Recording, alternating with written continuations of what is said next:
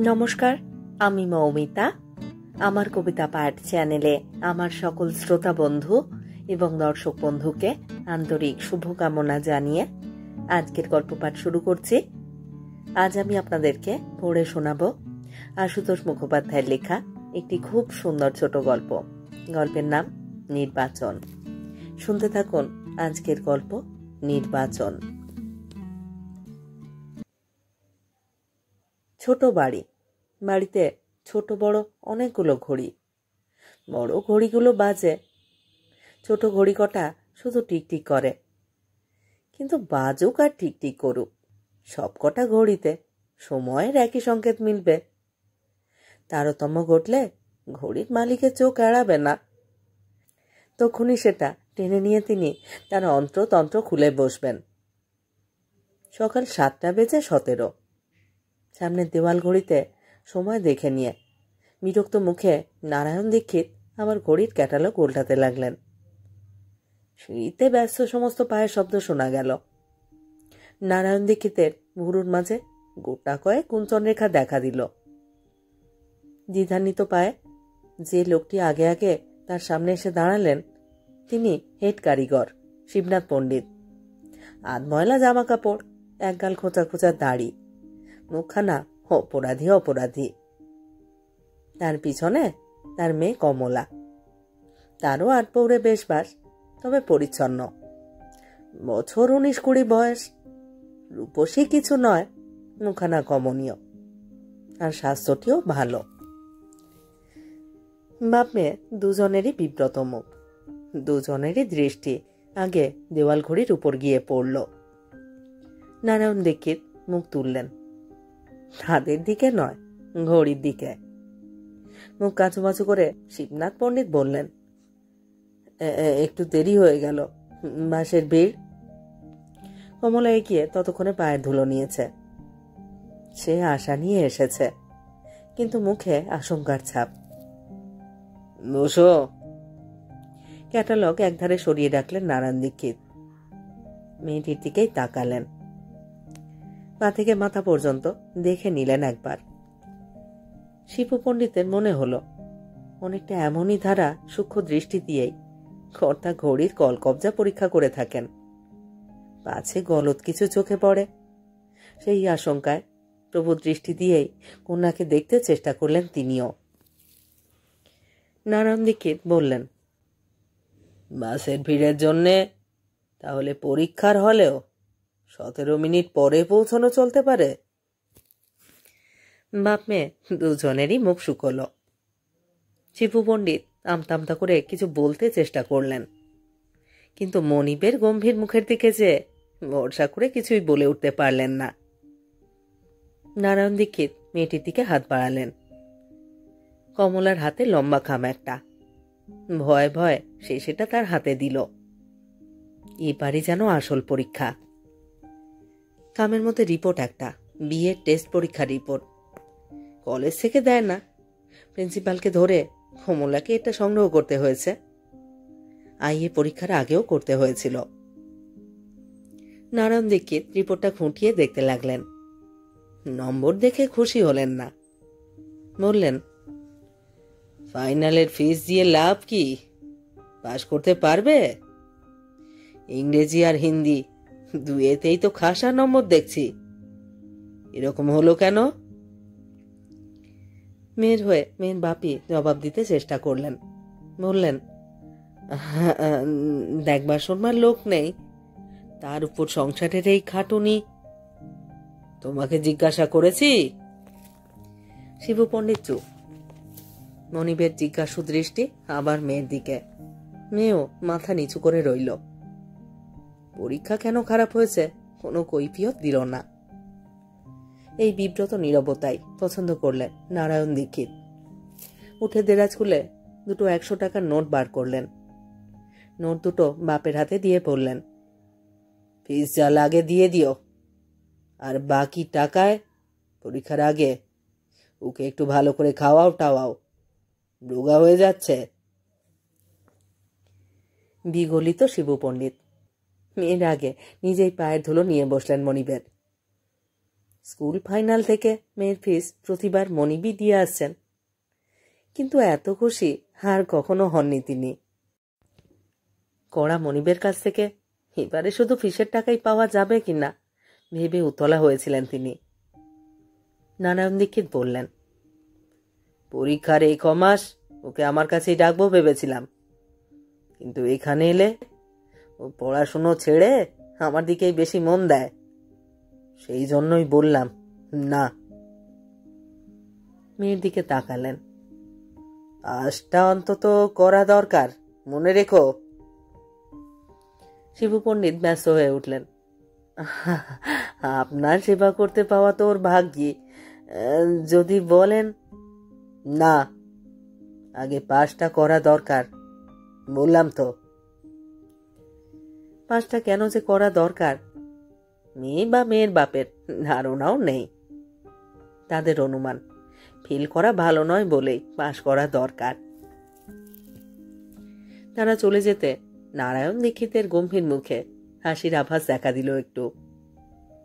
তিনি ঘড়ির কারিগর, খুব ছোট থেকে বড় হয়েছেন। নিজের ঘড়ির ব্যবসা দাঁড়িয়ে গেছে। নতুন ঘড়ি বিক্রি করেন, পুরনো ঘড়ি মেরামত করেন। এই শেষের কাজেই সুনাম তার। প্রত্যেকটা বিশ্বাস করে চোখ বুজে নামি দামি ঘড়ি রেখে যায় মেরামতের জন্য। ঘড়ি খুলে এক নজর দেখেই তিনি বলে দিতে পারেন কোথায় কোন কল বিগড়ল। পুরনো পার্টস জুড়ে নিজের হাতে এমন ঘড়ি তৈরি করেছেন যা অনেক মার্কামারা ঘড়ির থেকেও ভালো টাইম দেয়।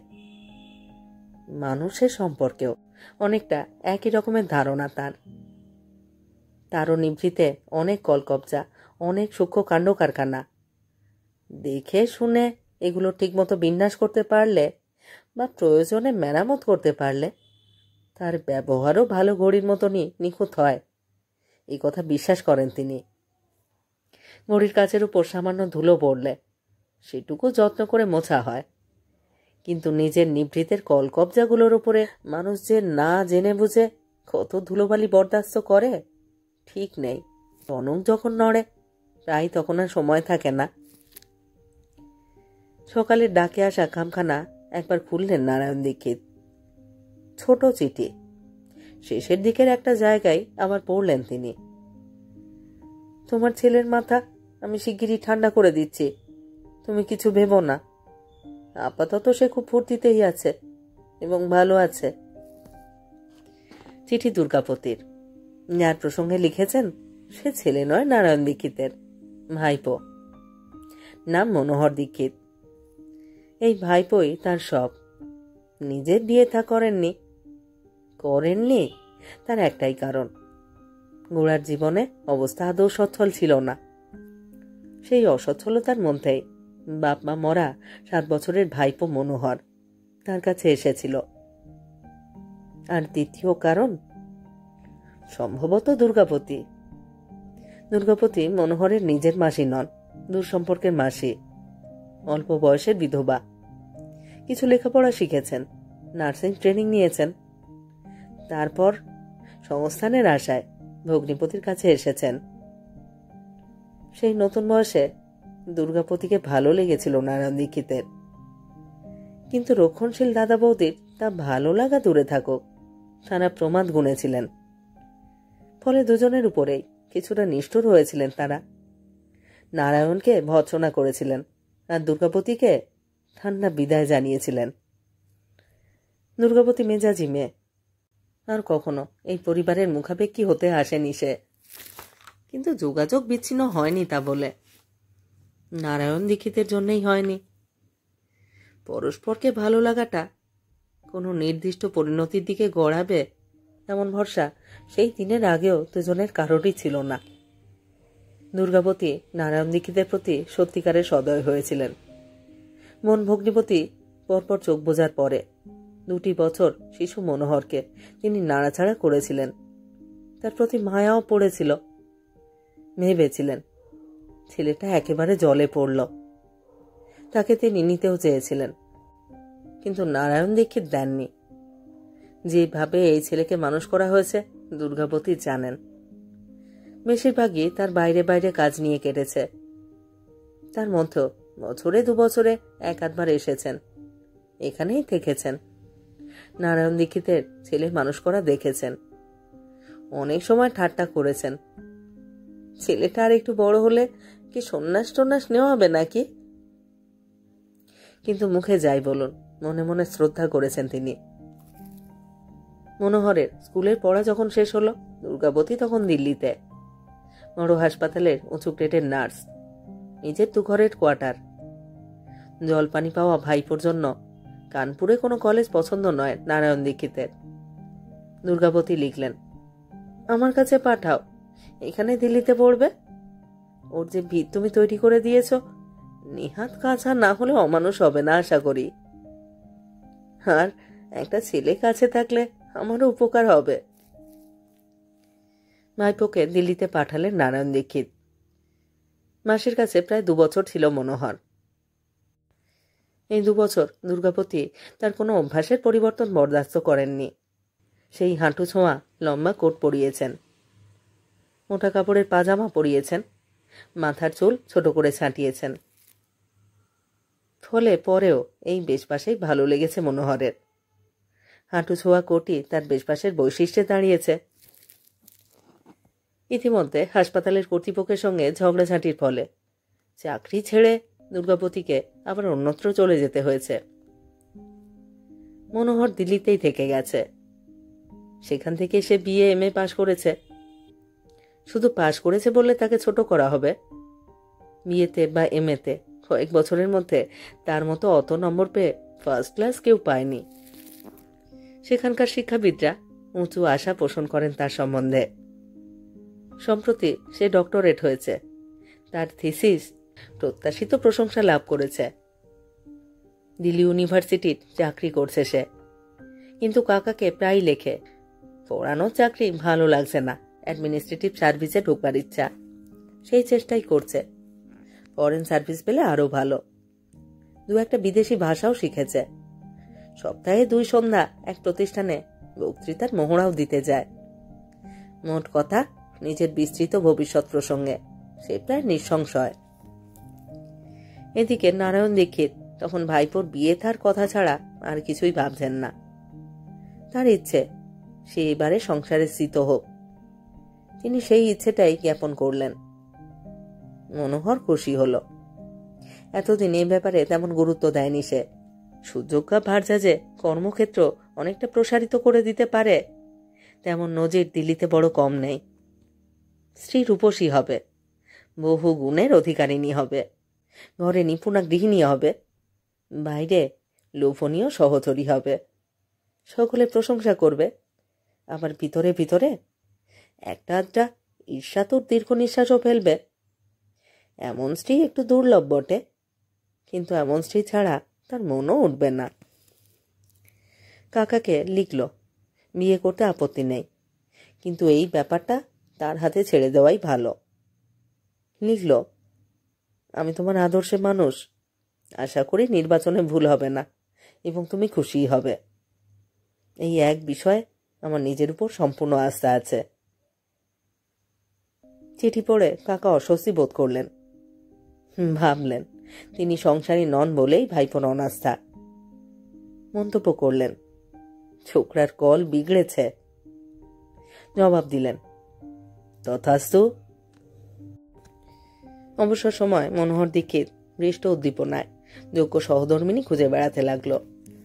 বিয়েতে মন হয়েছে জেনে এমন সব গণ্যমান্য ব্যক্তিরা এগিয়ে আসতে লাগলেন যে মনোহর দীক্ষিতের নিজের কাছে নিজের মর্যাদা দিনে দিনে স্ফীত হয়ে উঠতে লাগলো। কিন্তু ছেলে যে সত্যিই কাঁচা নয়। তার একটা চোখ নিজের, আর একটা চোখ কাকার। নিজের চোখে দেখে যাকে কিছুটা মনে ধরে, কাকার চোখ দিয়ে দেখে আর একদিন তাকে বাতিল করে দেয়। ভালো লাগলেই কাকাকে জানায়, লেখে, হয়তো ওখানেই বিয়ে করবে। কিছুদিন না যেতে যেতে আবার লেখে, তেমন মনে হচ্ছে না। অতএব তার কল্পনার আদর্শ স্ত্রীর সন্ধান সে কোথাও পাচ্ছে না। তার উপর আবার কাকাকে তাক লাগিয়ে দেবার সংকল্পটাও অটুট। কাকা যাতে কোনোদিন না ভাবেন নিজে সর্দারি করে ছেলেটা বোকার মতন কিছু করে বসল। গত 7-8 মাসে কম করে 30-40টি মেয়ে দেখেছে সে। 15-20টি মেয়ের সঙ্গে অন্তরঙ্গ সান্নিধ্যেও এসেছে, কিন্তু কারোর মধ্যেই শেষ পর্যন্ত আদর্শ ভার্যার হদিশ মেলেনি। মৃগতিক দেখে নারায়ণ দীক্ষিত শেষে দুর্গাপতির কাছে সমস্যাটা নিবেদন করলেন। ভাইপোর সাম্প্রতিক মতিগতিও জানালেন। তার সকল উদ্দীপনা এখন যে শুধু স্ত্রী খোঁজার কাজে কেন্দ্রীভূত হয়েছে, সেটা তার দুশ্চিন্তার কারণ। অথচ ভাইপোর জন্য মনের মতো বউ তিনি অনেকদিন ধরেই ঠিক করে রেখেছেন। তার বিশ্বাস এই মেয়ে বিয়ে করলে সে সুখী হবে। প্রৌঢ়া দুর্গাপতি তখন বোম্বেতে থাকেন, এক অর্ধপঙ্গু বিরাট অবস্থাপন্ন বৃদ্ধের বাড়িতে গভর্নেস হয়ে আছেন। মোটা টাকা মাইনে পান। বৃদ্ধ কন্যার মতো স্নেহ করেন তাকে। দুর্গাপতি অনেকদিন ধরে সমর্যাদায় প্রতিষ্ঠিত সেখানে। বৃদ্ধের নাতি নাতনি পরিবৃত সংসারের সঙ্গে অনেকটাই যুক্ত হয়ে গেছেন তিনি। তার পুত্রবধূ মারা যাবার পর থেকে বলতে গেলে তিনিই কর্ত্রী সেখানকার। বৃদ্ধের বয়স্ক নাতি নাতনিরাও অসম্মান করে না তাকে। নারায়ণ দীক্ষিতের চিঠি পেয়ে দুর্গাপতি মনোহরকে একবার বোম্বাই শহরে বেরিয়ে যাবার আমন্ত্রণ জানাতে লাগলেন। মনোহর এলো, আর এসে প্রথম দিনেই তার মনে হলো আরো আগে কেন সে আসেনি। তার কল্পনার রমণী যে এই বাড়িতেই বাস করছে, সে কেমন করে জানবে? প্রথম সন্দর্শনে তার মনে ধারণা হয়ে গেল মাসি বিশেষ উদ্দেশ্য নিয়েই তাকে এত আগ্রহে এখানে আমন্ত্রণ করে এনেছেন। কন্যা শিলা রানে, বৃদ্ধের বড় নাতনি, রূপসী, স্বাস্থ্যবতী, উচ্চশিক্ষিতা, সুরসিকা, সুচতুরা, সদা হাসি খুশি। মনোহরের ধারণা বুড়োর নাতিদের অনেক বন্ধুবান্ধব যে হামেশাই এই বাড়িতে হানা দেয়, তার প্রধান কারণ শিলা রানে। অবশ্য এদের কেউ যে জ্ঞানে গুণে মর্যাদায় মনোহরের সমতুল্য নয়, মাসির কাছে সেই খোঁজও নিতে সে ভুল করেনি। বাড়ির ছেলে মেয়েদের পার্টি, হইচই, আনন্দ ফুর্তি লেগেই আছে। এর মধ্যেই মনোহর দীক্ষিত পরম সম্মানিত অতিথি। এদিকে বুদ্ধি করে দুর্গাপতি আগেই বাড়ির সকলের কাছে মনোহরের প্রসঙ্গে একটা মস্ত উঁচু দরে চিত্র এঁকে রেখেছিলেন। বনপ বিদ্যের জাহাজ। বিলেতের মস্ত মস্ত পণ্ডিতদের সঙ্গে পর্যন্ত বিদ্যের ব্যাপারে তার লেনদেন। দিল্লিতে ওই বয়সের এত বিদ্বান ছেলে আর দ্বিতীয় নেই। শিগগিরই বড় চাকরি নিয়ে বিদেশে চলে যাওয়ার সম্ভাবনা তার, ইত্যাদি ইত্যাদি। ফলে বাড়ির শিক্ষিত ছেলেমেয়েরা মার্জিত বিনয়ে তাকে গ্রহণ করল। মান্যগণ্য অতিথির মতোই সাদর অভ্যর্থনা করল। মনোহর 7 দিনের জন্য এসেছিল, সে জায়গায় 15 দিন কেটে গেল। আর দুর্গাপতি নারায়ণ দীক্ষিতকে ওই চিঠি লিখলেন। দিল্লিতে অনেক মেয়ের সঙ্গে মেলামেশার দরুন মনোহরের সদা সপ্রতিভ ভাবটা আয়ত্তের মধ্যে এসে গিয়েছিল। মনে স্থির হলে লক্ষ্যের দিকে এগোতে তার দ্বিধা করবার কথা নয়, দ্বিধা করলও না। শিলা রানের সঙ্গে খুব সহজভাবেই মিশল। তাকে সঙ্গে করে মুম্বাই শহর দেখে বেড়ালো কয়েকটা দিন। তাকে ভালো করে দেখবার পর মনটা সামান্য একটু খুঁতখুত করল। চোখ দুটো সামান্য কটা না হয়ে ঘন কালো হলে বোধ করি অনিন্দ সুন্দর হতো। আর ধপধপে ফর্সা রঙের বাহুর উপর আর কানের পাশের ঘন কেশ আর সামান্য একটু কম চোখে পড়লেই দৃষ্টি একেবারে ভরপুর হতে পারত। কিন্তু তার সঙ্গে ভালো করে মেশবার পর ওই সামান্য ত্রুটি আর ধর্তব্যের মধ্যেই মনে হয়নি। শুধু মনে হয়েছে এই কন্যার তুলনা নেই। এতদিন ধরে যেন শুধু এই একজনেরই প্রতীক্ষায় ছিল সে। এর আগেই মাসির কাছে খোঁজ নিয়েছে কতদূর পড়েছে। MA pass. মা, বয়স কত হবে? মাসি হিসেব করে বলেছেন, বছর 3 ছোট হবে তোর থেকে। গেল বছর পাস করেছে। কেন, বিয়ে করবে না? করবে নিশ্চয়, কত ছেলেই তো আসছে যাচ্ছে। কেন রে, তোর মনে ধরেছে? মনোহর মুচকি হেসেছে। 15 দিনের মাথায় মনে ধরার কথাটা সে নিজেই প্রকারান্তরে শিলাকে জানিয়েছে। সমুদ্রের ধারে বসে গল্প করতে করতে একসময় সপ্রতিভ মুখে বলে এসেছে, তোমাকে আমার ভালো লেগেছে। শিলা রানেও হেসেছে। খুব ভাগ্য, তোমার মাসি আমাদেরও মাসির মতোই। তার উপর তুমি মাননীয় অতিথি, কোন রকম ত্রুটি ঘটে থাকলে দোষ নেবে না আশা করি। ত্রুটি? ঠিক এই উক্তি আশা করেনি মনোহর। তোমাদের এখানে না এলে আমার সর্বস্ব লোকসান হতো। শিলা রানে হেসে সারা। তুমি বেশ সুন্দর কথা বলো তো, তোমার সঙ্গে কথা বলে আনন্দ আছে। এই কথা সেদিন আরো অনেক দূর গড়াতে পারত, যাতে গড়ায় সেই জন্য প্রস্তুতি ছিল মনোহর। কিন্তু শিলার বন্ধু এবং বান্ধবীর সংখ্যা কম নয়। এক দঙ্গল পরিচিত মেয়ে পুরুষের আবির্ভাবে এই আলাপে ছেদ পড়ল। রাত্রিতে মনে হলো শিলাকে ভালো কিছু প্রেজেন্ট দেওয়া দরকার। সোজা ছেড়ে উঠে তক্ষুনি কাকাকে একটা চিঠি লিখে ফেলল। খুব ভালো একটা লেডিজ ঘড়ি পাঠাও, আর শিগগিরই তোমাকে একটা সুখবর দিতে পারবো আশা করছি। এবারে সত্যিকারের সুখবর।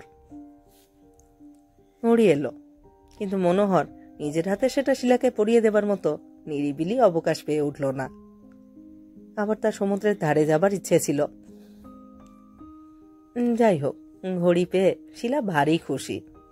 বলল, ওয়ান্ডারফুল। ঘড়িটা সত্যিই সুন্দর। পরদিন সকাল থেকে বিকেল পর্যন্ত কোথায় প্রোগ্রাম ছিল শিলার। এরকম প্রোগ্রাম প্রায়ই থাকে তার, তাকে ছাড়া বন্ধু বান্ধবীদের আনন্দের হার জমে না। মনোহরও আমন্ত্রণ পেয়েছিল, কিন্তু মাসির সঙ্গে দুটো কথাবার্তা বলবার আগ্রহে সে যাবে না স্থির করেছে। শিলা বলেছে, তুমি অতিথি মানুষ, বাড়িতে থাকবে, তাহলে আমি কি করে যাই? মনোহর রসিকতা করে বলেছে, এই অতিথি পুলিশ নয় যে সর্বদা আসামি আগলে থাকতে চাইবে। শিলার চোখের কোণে এক এক সময় যেন চাপা হাসির বিদ্যুৎ খেলে। ছদ্ম বিস্ময় বলে উঠেছিল, আমি আসামি? পরদিন সকাল থেকে অন্তক্ষণের বিচ্ছেদের কথা ভেবে এই রাত্রিটাই নিরস লেগেছিল মনোহরের। রাত্রে বিছানায় শুয়ে ভেবেছিল সকালে সেও ওদের সঙ্গ নেবে কিনা। দুর্গাপতি আলো দেখে ঘরে ঢুকলেন। কি রে, ঘুমোসনি এখনো? মনোহর সোৎসাহে উঠে বসল। এসো মাসি, এসো, বসো। তোমাদের এখানকার সকলে বড় তাড়াতাড়ি ঘুমিয়ে পড়ে। দুর্গাপতি শয্যার ধারে বসলেন, বললেন, সমস্ত দিন যা হইচই করে কাটায় সব, ঘুমবে না তো কি? মনোহর কাজের কথা এগোলো। হাসি মুখে বলল, আমার তো যাবার সময় হয়ে এলো মাসি। 7 দিনের জায়গায় 3 সপ্তাহ কেটে গেল, কিন্তু এদিকে কাজের কথা তো কিছু হলো না। সে নিঃসংশয় মাসি শিলাকে দেখাবার জন্যই অত করে তাকে এখানে এনেছেন। তাই বটে, কিন্তু তার যে আরো একটু বেশি কিছু দেখাবার সংকল্প মনোহর তার জানত না। দুর্গাপতি নির্লিপ্ত মুখে জিজ্ঞাসা করলেন, কি কথা? বিয়ের কথা। শিলাকে বিয়ে করতে চাস? মনোহর উৎফুল্ল মুখে ফিরে হালকা প্রশ্ন করল, কেন, তোমার আপত্তি আছে? দুর্গাপতি জবাব দিলেন, আমি আপত্তি না করলেই তো হয়ে যাবে না। ভাবলেন একটু, তারপর বললেন, বস বস একটু, আমি আসছি। উঠে চলে গেলেন মাসি। মাসিরে নির্লিপ্ত হাবভাব কেমন বিসদৃশ লাগলো মনোহরের। মিনিট 10 মধ্যেই ফিরে এলেন। ছোট্ট সুন্দর একটা ডায়েরি তার হাতে দিয়ে বললেন, চুপি চুপি নিয়ে এলাম, দেখ এটা। দুর্বোধ্য লাগছে মনোহরের। কি আছে এতে? শিলার ডায়েরি, দেখ না কি আছে। মনোহর দেখতে লাগলো। ডায়েরির ছোট পাতার মাথায় একটা করে নাম, পুরুষের নাম। তারপর তার সম্পর্কে 2-3 পাতা করে লেখা, ছোট লেখাও আছে। চেহারা, বয়স, বেশবাস, কথাবার্তা, পেশা, চালচলন ইত্যাদি খুব সংক্ষেপের উপর খুঁটিয়ে লেখা। আর তারপরে কাটা দাগ একটা, ক্রস চিহ্ন। এরকম 8-10টা নামের তালিকা উল্টে গেল মনোহর। সব কটারই শেষে সেই কাটার দাগ, অর্থাৎ বাতিল চিহ্ন। শেষে মনোহর দীক্ষিতের নাম। প্রথমেই তলার কাটা দাগটার দিকে আগে চোখ গেল মনোহরের। একটা বড় রকমের ধাক্কা সামলে মনোহর লেখাটুকু পড়ল। এই লেখাটা আরো ছোট। ঘড়িওয়ালার ভাইপো, খুব নাকি বিদ্বান, কিন্তু চেহারা বোকা বোকা, মেটে কাটো। সব থেকে বিদঘুটে তার ওই লম্বা কোট, কথাবার্তা হাবভাবে নিজেকে চালাক মনে করানোর চেষ্টা। 500-600 টাকা হয়তো মাইনে পায়, কিন্তু নিজেকে মস্ত একজন ভাবে। ঘড়ি প্রেজেন্ট করেছে, অবশ্য সেটা সুন্দরী। নারীটা নিয়ে মাসি উঠে দাঁড়ালেন, দেখলেন একটু, বললেন, 5 বছর ধরে এমনই ছেলে ওজন করে আসছে, নইলে বিয়ে কবেই হয়ে যেত। মনোহর নির্বাক। মাসি চলে যাবার পরেও কতক্ষণ তেমনই বসেছিল ঠিক নেই। দিল্লিতে ফিরেই কাকাকে লিখল, তোমাকে সুখবর দেব বলেছিলাম, তাই লিখছে। আমার বিয়েটা তুমি ঠিক করতে পারো। তারপরে 1 মাসের মধ্যেই বিয়ে হয়ে গেছে মনোহরের। হয়েছে কমলার সঙ্গে। মনোহর শেষ পর্যন্ত আপত্তি করেনি বটে, কিন্তু কোথায় বিয়ে শুনেই মস্ত একটা ধাক্কা খেয়েছিল সে। কাকা কিনা শেষে তার কারিগরের মেয়ের সঙ্গে বিয়ে ঠিক করলো, যে মেয়েকে সে ফ্রকপড়া থেকে দেখে আসছে, আর যাদের সে অনুকম্পার পাত্র ছাড়া আর কিছু ভাবেনি। কমলা বিয়েটা পাশ করেছে শুনে তবু একটু আশ্বস্ত হয়েছিল, কিন্তু বিয়ের পর প্রতি পদে বিয়ে পাশের বিদ্যে দেখে সে শুধুই হতাশই হয়েছিল। একে একে 10টা বছর কেটেছে তারপর, কিন্তু কাকার এই নির্বাচনের তারিফ সে কখনোই করতে পারেনি। কমলা এক সাংসারিক বিষয় ছাড়া আর কোনো ব্যাপারেই 5টা কথাও বলতে পারে না, তর্ক করতেও পারে না। উঁচু সার্কেলে তাকে নিয়ে যাওয়া তো ছাড়তেই হয়েছে। যা বলা হয় তাকে তখনই তা পালন করে। আদর করলে খুশি হয়, না করলে ভয় ভয় থাকে, আর তাকে খুশি করবার ফিকির খোঁজে।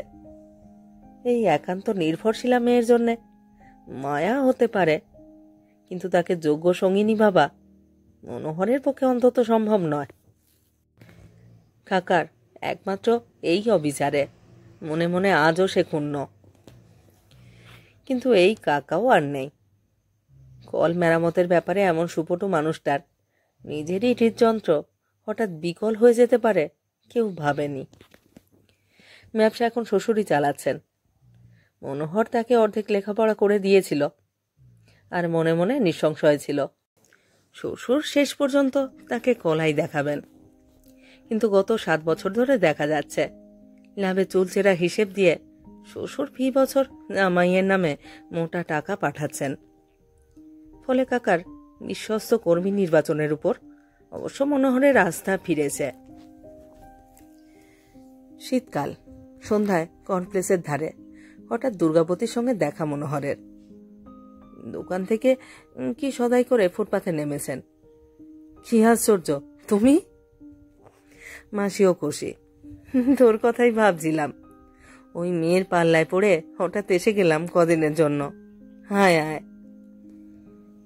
মনোহর ঘাড় ফিরিয়ে দেখে ফুটপাথের ধারে ট্যাক্সিতে শিলা বসে, তার দিকে চেয়ে হাসছে মিটিমিটি। এই 10 বছর বাদেও তাকে চিনেছে তাহলে। পায়ে পায়ে এগিয়ে এলো। দুর্গাবতী খুশি মুখে ট্যাক্সির দরজা খুলে দিল, দিয়ে বলল, কোনো কথা নয়, ওঠো আগে। মনোহরও গাড়িতে উঠল, মাসিও। ট্যাক্সি চলল। শিলা সেই 10 বছর আগের মতোই হাসি খুশি, অনর্গল কথা বলছে। তুমি এখানে আছো জানি, 2-1 দিনের মধ্যেই দেখা করতাম। মস্ত গণ্যমান্য অধ্যাপক হয়েছ, চিনবে কিনা ভয় ছিল। তার খবরও নিল, কতদিন বিয়ে করেছে, কটি ছেলে পুলে, ইত্যাদি ইত্যাদি। হাত বাড়িয়ে হাত ঘড়িটি দেখালো, সেই ঘড়ি। হেসে বলল, এটা চিনতে পারো? এটাই কিন্তু শুধু ঠিক ঠিক চলছে, আর কিছু চলছে না। সন্তর্পণে একটা বড় নিঃশ্বাস পেল মনোহর। শিলাকে আজও সে ভোলেনি একেবারে, ভুলতে পারেনি। নিভৃত অবকাশে এখনো অনেক সময় মনে পড়ে থাকে। মাসি একবার লিখেছিলেন কলেজে চাকরি নিয়েছে শিলা, কিন্তু কলেজের শিক্ষয়িত্রীর মতো লাগছে না তাকে। দেখছে মাঝে মাঝে পরনে ঝকমকে শাড়ি, পাতলা সিল্কের টেপ ব্লাউজ, আগের থেকে মোটা হয়েছে একটু, মুখে প্রসাধনের পুরো প্রলেপ। কিন্তু তা সত্ত্বেও এই বয়স ঢাকা পড়বার কথা নয়। যে হোটেলে উঠেছে শিলা সেই হোটেলেই নিয়ে গেল তাকে। রাত্রি প্রায় 9টা পর্যন্ত তিনজনে গল্পগুজব চলল। তারপর শিলা চলে গেল কোথায় যেন নেমন্তন্ন রক্ষা করতে। যাবার আগে মনোহরের আমার আসার প্রতিশ্রুতি নিয়ে গেল। তারপর আরো ঘন্টা 2 মনোহর ছিল মাসির কাছে। মাসি তার ঘর সংসারের খবর নিয়েছেন, কাকার কথা বলে দীর্ঘ নিঃশ্বাস ফেলেছেন। আর শেষে জীবনের এই শেষ কটা দিন তাকে যে এই অদ্ভুত মেয়েকে নিয়েই কাটাতে হবে সেই কথা বলে খেদ প্রকাশ করেছেন। মনোহর জিজ্ঞাসা করল, ও আর বিয়েই করলো না তাহলে? মাসি জবাব দিলেন, করবে না কেন, বিয়ে একবার ছেড়ে 2বার করেছে। মনোহর বিমূঢ় হঠাৎ। মাসি বললেন, বিয়ের আর দাম কি আজকাল? 2 জায়গায় ডাইভোর্স হয়ে গেছে। আবার যদি বিয়ে করে আবারও তাই হবে। মনোহর নির্বাক খানিক্ষণ, তারপর আস্তে আস্তে আবার জিজ্ঞাসা করল, শিলা বম্বেতে কি করে এখন? কি আর করবে? মাসির কণ্ঠস্বরে বিরক্তি। বাড়িতে থাকলে বন্ধু বান্ধবের সঙ্গে আড্ডা দেয়, নয়তো বই পড়ে। কথায় কথায় চাকর বাকর খানসামাকে বকে, বরখাস্ত করে। কথা নেই, বার্তা নেই, কারণ নেই। রাতে হঠাৎ ফুঁপিয়ে ফুঁপিয়ে কাঁদে, একদিন ওষুধ খেয়ে ঘুমোয়। আবার সকাল হলে পরিপাটি সাজসজ্জা করে প্রসাধন করে কলেজে পড়াতে চলে যায়।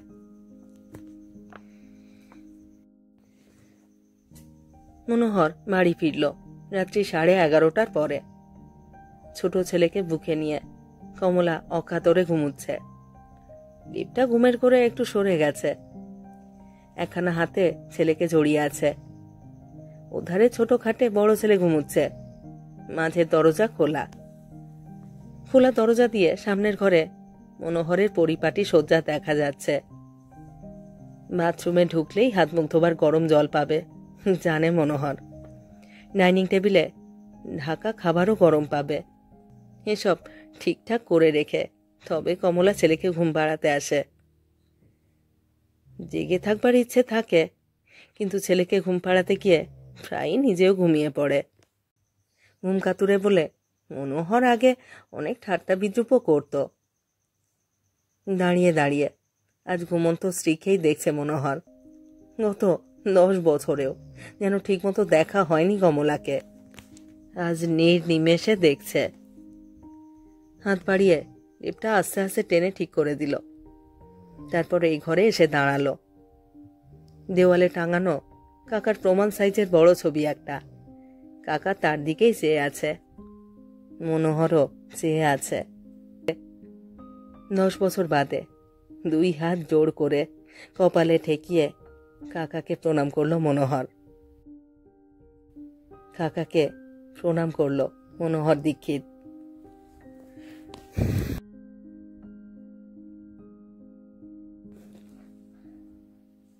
শেষ হলো আজকের গল্প, আশুতোষ মুখোপাধ্যায়ের লেখা গল্প নির্বাচন। অপূর্ব সুন্দর একটি গল্প। আপনাদের কেমন লাগলো তা কমেন্ট বক্সে অবশ্যই আমাকে লিখে জানান। প্রত্যেকটি গল্প পড়বার পরে আপনাদের মতামতের অপেক্ষায় থাকি। আপনাদের মতামত আমার কাছে অত্যন্ত মূল্যবান, আমার এগিয়ে চলার অনুপ্রেরণা। রোজকারই মতো আমার পুরনো কথাগুলি একবার সংক্ষেপে বলে নিচ্ছি। আমার কবিতা পাঠ চ্যানেলে যারা নিয়মিত আমার পুরো গল্প পাঠ শুনছেন এবং নিয়মিত কমেন্ট করে আমাকে উৎসাহিত করছেন, তাদের জানাই আমার আন্তরিক ধন্যবাদ। যদি আমার গল্প নির্বাচন এবং পাঠ আপনাদের ভালো লাগে, অনুগ্রহ করে একটি লাইক করবেন এবং গল্পগুলিকে আপনাদের প্রিয়জনের মধ্যে শেয়ার করবার অনুরোধ রইল। আর আপনারা যারা নতুন আসছেন, যারা এখনও আমার কবিতা পাঠ চ্যানেলটি সাবস্ক্রাইব করেননি, তাদের অনুরোধ সাবস্ক্রাইব করে সাথে থাকার। সবাই খুব খুব ভালো থাকুন আর থাকুন পরের গল্পের অপেক্ষায়।